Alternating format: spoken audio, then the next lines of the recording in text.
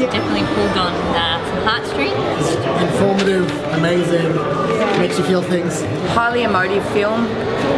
There were tears, there were joy, there were anger. Such a beautiful story, said with such sensitivity and warmth, and the way Mayur has treated all his characters with so much dignity. She just had a real presence, didn't she? And this was her first movie as well. Yeah, so it's amazing. She was brilliant. And the fact that she hadn't acted before, that was what I think really blew my mind unbelievable, that someone could act so beautifully with never having that experience. So You really feel for her, and her eyes are so expressive. The whole cast, cinematography, the direction, everything was like commendable. It was a complete package by producing the whole picture, the exact picture of transgender women, which are exactly happening in the rural part of India as well as in Pakistan and India. It was very realistic, and I think beyond that, the idea that all the actors in the movie were actually transgenders.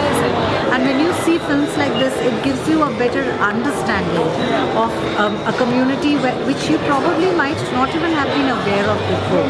I think it was really special movie because the subject Mayur selected was incredible, and it needs conversation among our society.